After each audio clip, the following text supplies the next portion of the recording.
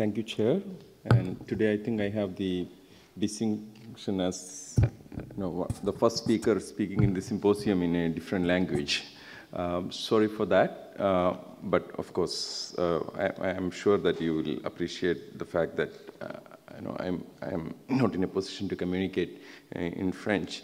Let me start my presentation by initially expressing my thanks to the organizers, first for choosing this topic and also giving me an opportunity to express my views or share my views on this topic. Health is now approached by states from different perspectives, and some view it as a development issue. Health is also used as a strategic tool, and health is also used as a trade tool, and it's also perceived as a human right. So as a result, health is increasingly figuring as a priority agenda in the foreign policy. The General Assembly, UN General Assembly, Resolution 62/33 in 2008 requests Secretary General to prepare a report on foreign policy and health in close collaboration with the WHO. In this report, basically identified health-related challenges that must be addressed by the foreign policy makers and the key foreign policy issues that have a significant impact on health. This report was placed before the UN General Assembly in 2009. Among the 7 health-related challenges identified by the report, one is ensuring access to affordable medicines. And there is one more identified challenge which has close relation with the access to medicine. That is the millennium, to meet the millennium, meeting the health-related millennium development goals. So the discussion on access to medicine is no more confined to WHO and UN General Assembly. Apart from the usual forums like UN General Assembly, WHO, WIPO, or WTO, and even Human Rights Council, this issue is figuring in more and more international organizations, as well as regional organizations like UNODC, World Customs Organizations, International Postal Union, Interpol, APEC, ASEAN, etc. The growing interest shown by many of these organizations are not driven by the public health considerations. Let me come back to that point later. In the next 20 minutes or something, I'll make an attempt to outline the critical challenges with regard to ensuring access to medicine in the context of international IP regime. I approach this issue from a developing country perspective in the light of international obligations / responsibilities with regard to right to health and right to development. Let me move to my first slide. That's basically the international legal and policy framework related to access to medicine.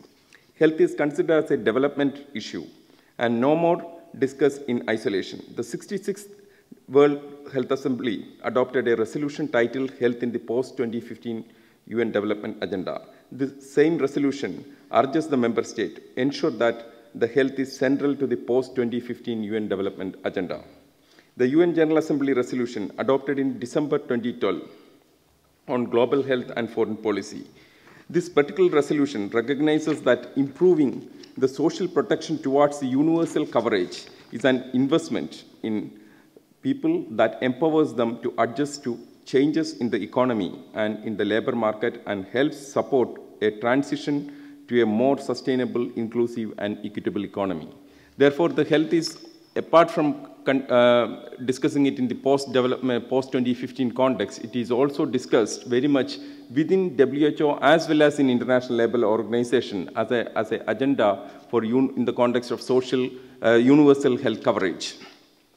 So this particular resolution has a specific reference to access to medicine. Let me quote.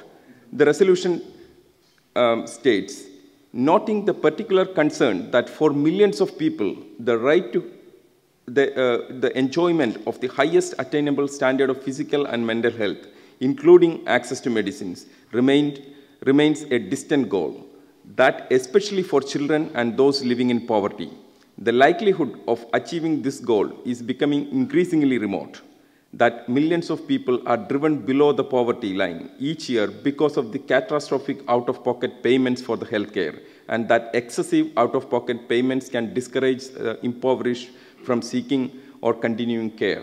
So this is an important point in majority of the world population, the nature of health spending is out of pocket. And that means out of their savings, and which can push the people into poverty line. And there is a WHO study which shows that around 100 million people are pushed below poverty line every year due to the catastrophic payment related to health.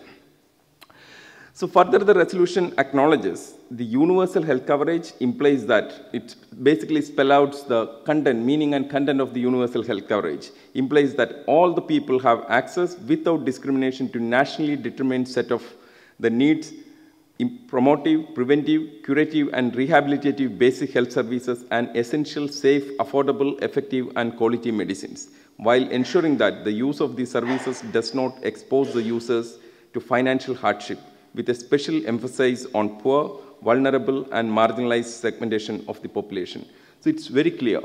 And similarly, there are many declarations, including the Rio Declaration on Social Determinants of Health, the Political Declaration on Non-Communicable Disease, the Political Declaration which earlier mentioned here on HIV/AIDS of 2011, and various WHO resolutions related to neglected tropical disease, etc., clearly spells out the need for ensuring access to affordable medicines. And it's also important, access to medicine is now considered as part of the right to health. And it's important to note down Article 12D of International Covenant on Economic, Social, and Cultural Rights, which clearly states that the steps to be taken by the states parties to the present covenant to achieve the full realization of the right shall include those necessary for the creation of conditions which would assure to all medical services and medical attention in the event of sickness. So you cannot provide a medical services without providing medicines or the related health products. So during the last decades, so much progress has achieved to look at access to medicine within the global, within the human rights framework.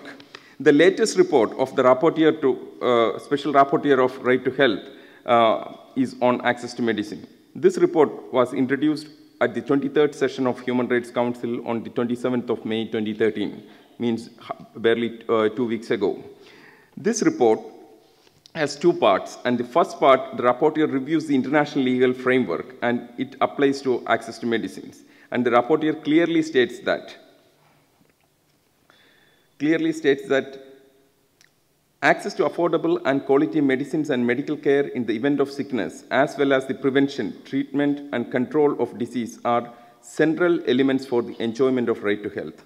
Further, the report calls upon states to shift from the dominant market-oriented perspectives on access to medicine towards a right to health paradigm in promoting access to medicines. In the second session of the report, the rapporteur identified certain determinants on access to medicines. These determinants include the following: local production of medicines, price regulations, medicines list, procurement, distribution, rational and appropriate use and quality of medicines. It is very clear that there are various determinants on access to medicines. However, international obligation on intellectual property, trade, and investment are main barriers to ensure sustainable availability of medicines, affordable medicines, because the international obligation in these three areas left a little policy space for developing countries to pursue a self-sufficiency strategy in the production and distribution of medicines. In terms of a procurement strategy, you can have it. Nothing prevents you from doing it. But if you want to produce a medicine which is protected by a patent, then you will come under tremendous pressure, and you may be even infringing an international obligation. This may call for international sanctions. So this is the constraint. So in other words, the international obligation in this area of IP, investment, and trade in a way incapacitate developing countries from fulfilling its obligations on right to health and even right to enjoy the progress of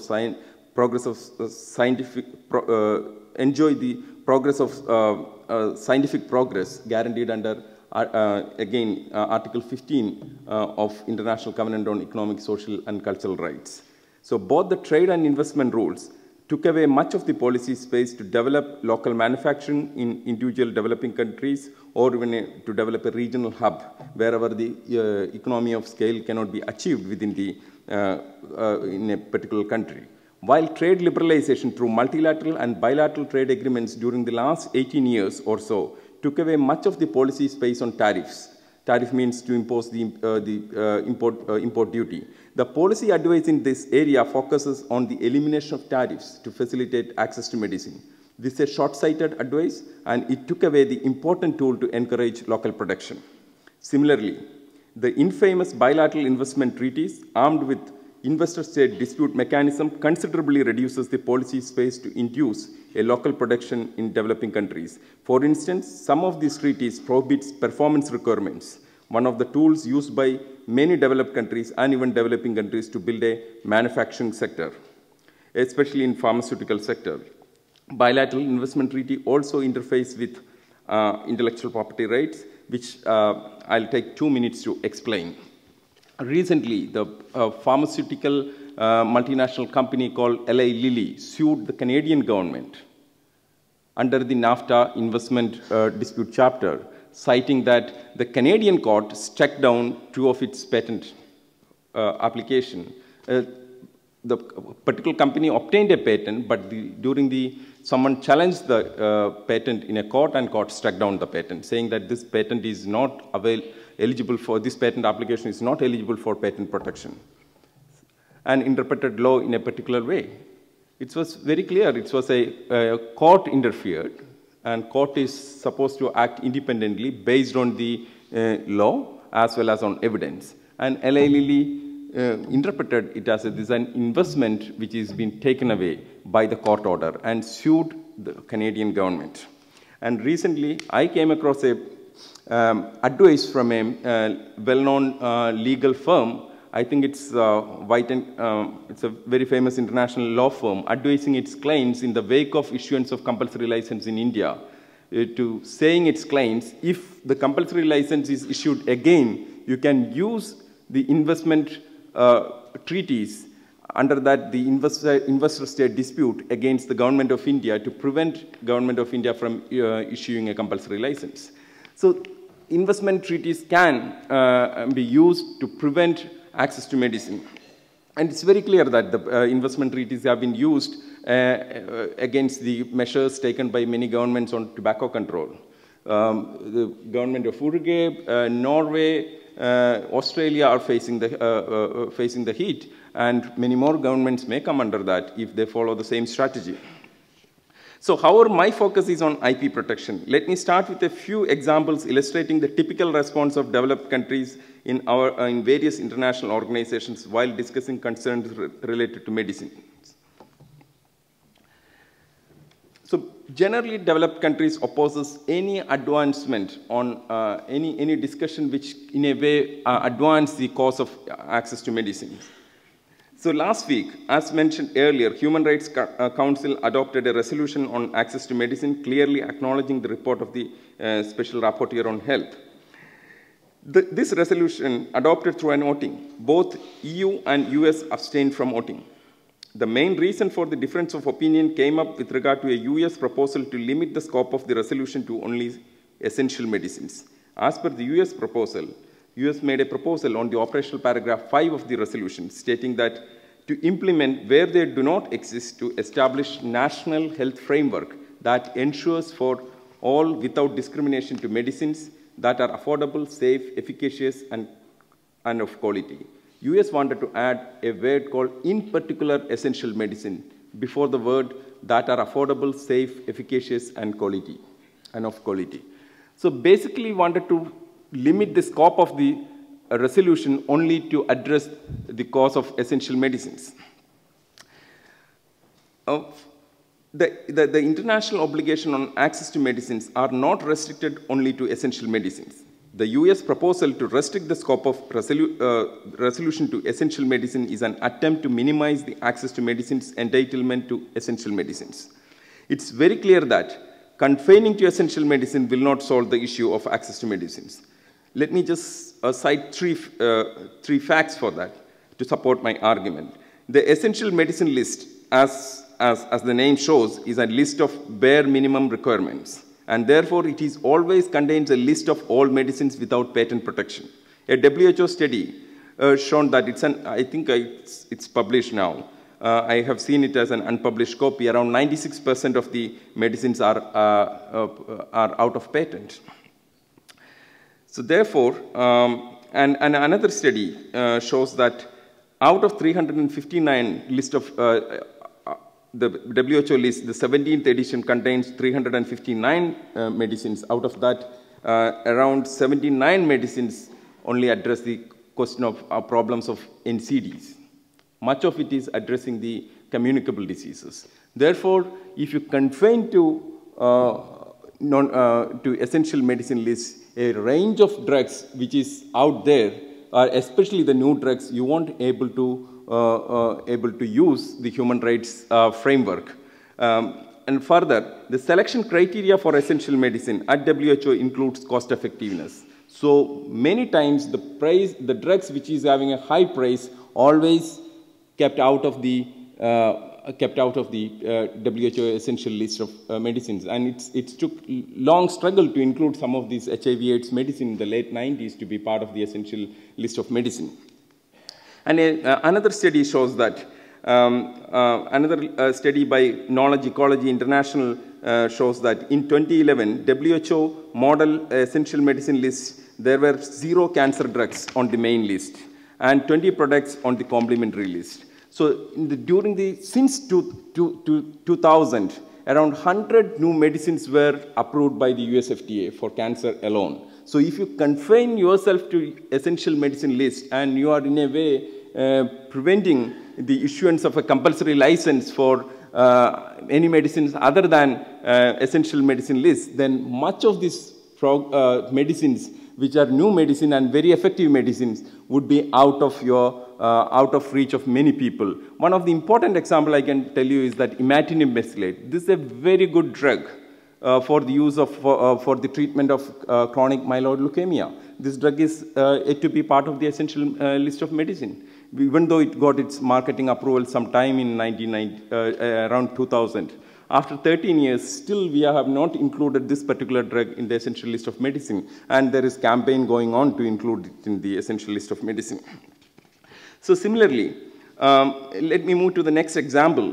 That's of LDC extension of TRIPS non-implementation transition period. Article 66.1 of the TRIPS agreement is very clear. Whenever there is an LDC country, that means the least developed country, applied to the TRIPS Council, the Council, for an extension of the non-implementation of TRIPS agreement, the LDC is legally, under the TRIPS agreement, LDC, least developed countries, need not implement the TRIPS agreement. No provisions of the TRIPS agreement are binding upon the LDCs. So this deadline almost got over around June of this month of 2013. So the LDCs applied for an extension. Of course, they got it. But the story goes like this. As per the TRIPS agreement, whenever they applies, the Council for TRIPS shall, upon duly motivated request by a least developed country member, accord extension of this period. It's very clear, shall. There is no room for any kind of negotiations there. But still, however, the LDCs as a group applied for an extension. After the submission of their duly motivated request, these LDCs were forced into a negotiation with developed countries, the so-called green room negotiation, excluding vast majority of the WHO membership from that negotiation. So none of the developing countries were part of that decision making. And they got an extension of late with a few conditions. So we can dispute on that conditions. And one of the conditions is that there is no condition as such, but the EU says that during this particular period, the least developed countries cannot roll back on the existing level of IP protection. There is, if you read the decision, you don't find such a condition. They just express their desire. They just express their determination to continue with the IP protection. They never committed. So there is a room for rollback. But EU says, no, it's not like that. But it was very clear. People who participated in the negotiation, the understanding is very clear. The moment you don't use the word commitment, it's very clear. You can roll back. Another example is that in 2012, November, EU and US opposed any further process to take forward the recommendation of consultative expert working group to establish an international framework to ensure sustainable financing to meet the R&D needs of developing countries. CEWG made a set of recommendations to meet the unmet health R&D needs of developing countries by creating a framework for coordination, prioritization, and sustainable funding for R&D.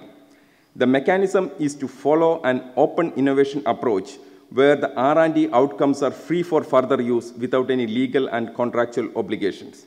This new R&D model would have de-linked the cost of R&D from the price of the product and put in practice a new R&D model to address the unmet R&D needs of developing countries. This is important because the patent-oriented R&D model failed to deliver medicines which is predominantly affects the developing countries. Why is it so failed? The whole philosophy of patent is that you have a monopoly, so that gives you a power to charge high prices, and I recoup my expenditure on R&D. That itself is questionable, who ultimately no one knows what's the exact cost of R&D.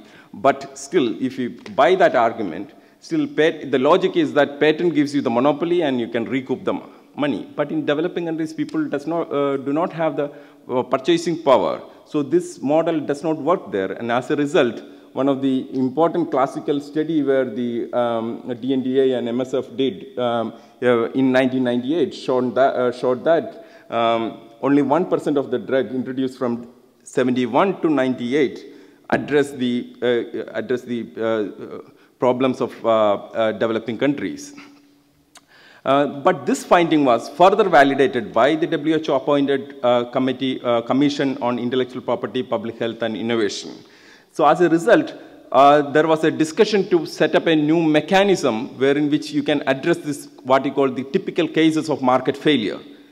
Those areas of diseases which is market failure is an important phenomena. How do you address that phenomena? So you have to have a new model for R&D. So that has been blocked by EU and US. But it's very clear that because that any change in that area is not going to affect anyway the profitability of pharmaceutical industry, because they are not making any money in that area.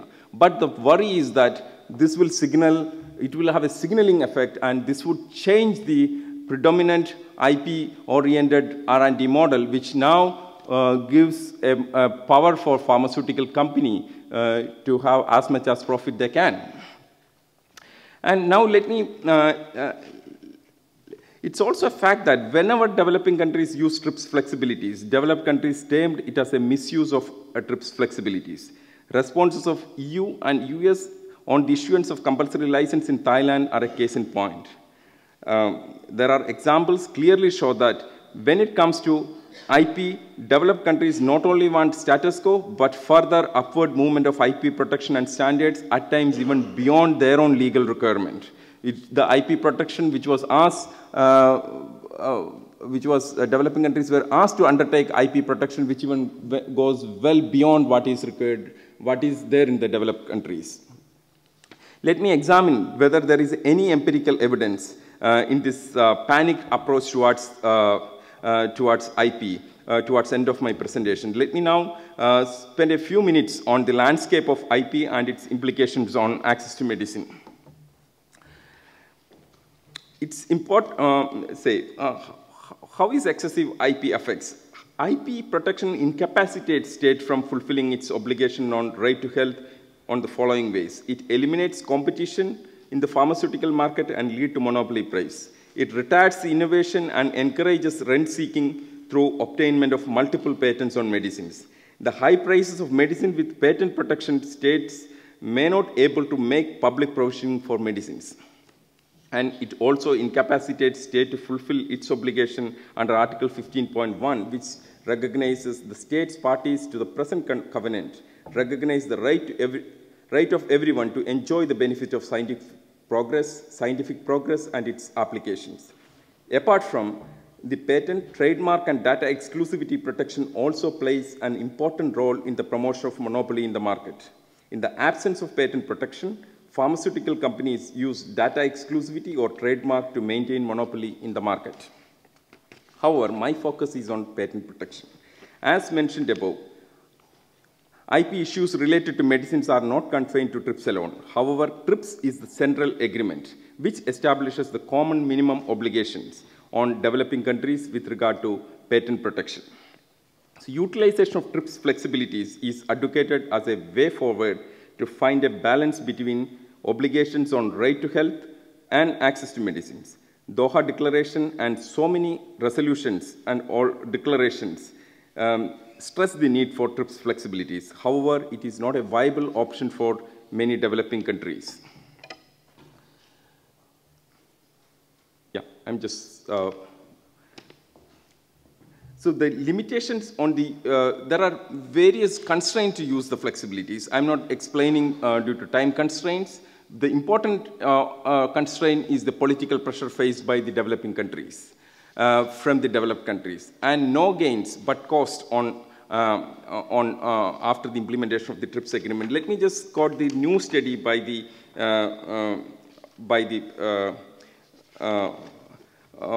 DNDi, and it shows that only 2% of, only 4 new chemical entities have come into the market from 2001 to 2010 to address the problems of developing countries. So review of the, further, the use of compulsory license also have come down. So as a result, against this background, basically there was a finding by the UNDP Commission on Global Commission on HIV and HIV/AIDS and Law. The Commission conclude its finding by stating, let me quote, TRIPS has failed to encourage and reward the kind of innovation that makes more effective pharmaceutical products available to the poor, including for neglected diseases. Countries must therefore develop, agree, and invest in new systems that genuinely serve this purpose, prioritizing the most promising approaches, including a new pharmaceutical R&D treaty and the promotion of open source discovery. And it goes further and calls upon the countries to suspend the TRIPS agreement, operationalization of the agreement, and to put a review mechanism. And it should be appointed by the UN Secretary General. So this is not the end of the story. TRIPS is a slippery slope. We thought that with the TRIPS agreement, that's a full stop. But it went further. All the flexibilities within the TRIPS agreement were further reduced through the various international initiatives, mainly through the free trade agreements. I'm not explaining that.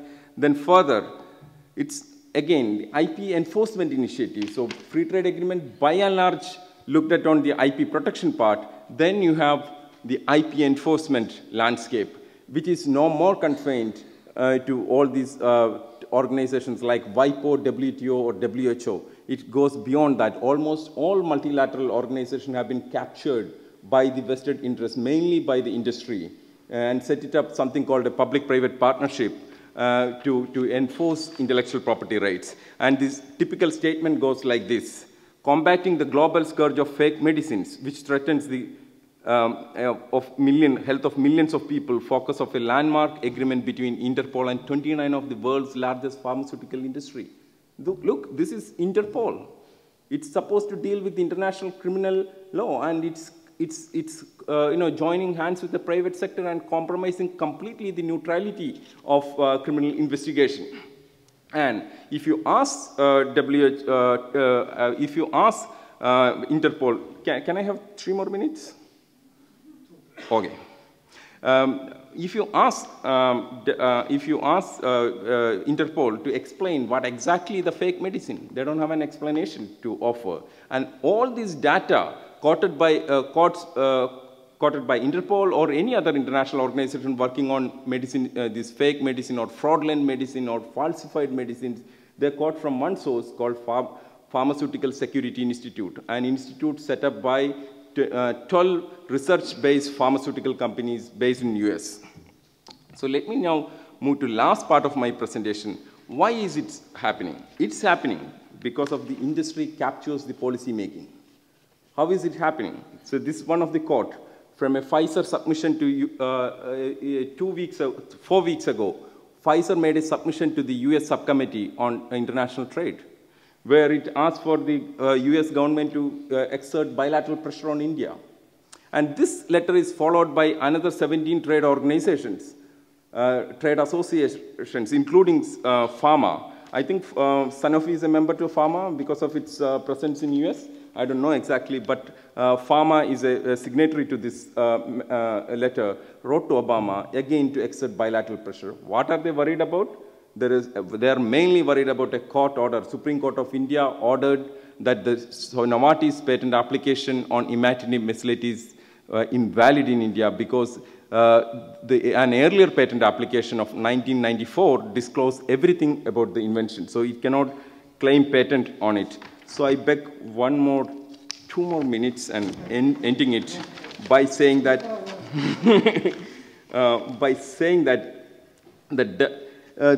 there is no empirical evidence to support the industry's argument. Basically, industry's argument is that developing countries are competing with us, and our market will lose, and loss of jobs will happen in developed countries, etc., etc. But look at the WHO, WIPO, and WTO published a joint study, and the joint study shows that the developing countries accounts only 20% of the export in medical products, not even pharmaceutical products. If you took the whole health products, it covers only 20%, and the import only 30%.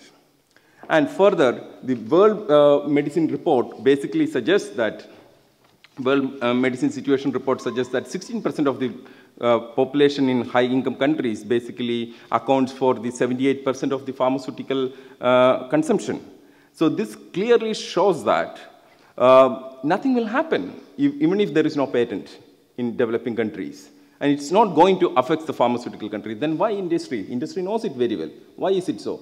Industry wants to protect its high profit in developed countries. So they don't want any questions to be raised from the developed countries. In order to protect the profitability, they are holding a vast majority of the population at ransom. And in a way, to giving a kind of a death penalty without a trial for the majority of the people in developing countries. And in the case of HIV/AIDS, we have seen it. Many deaths could have been avoided, but it happened because of the patent rights in many of the African countries. Let me just conclude by saying that what's the way forward? The way forward is that to prevent industry capture in foreign policy making and make the foreign policy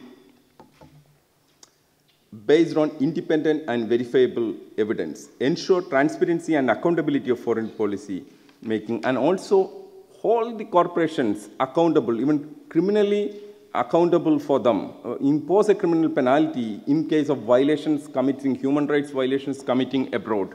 And lastly, I would say that it's important for the industry to change its business model, especially in the, this kind of business model is completely not sustainable, especially in Europe, even in Europe, because in the type of crisis, the Eurozone crisis the people are undergoing here, which cannot support this kind of business model.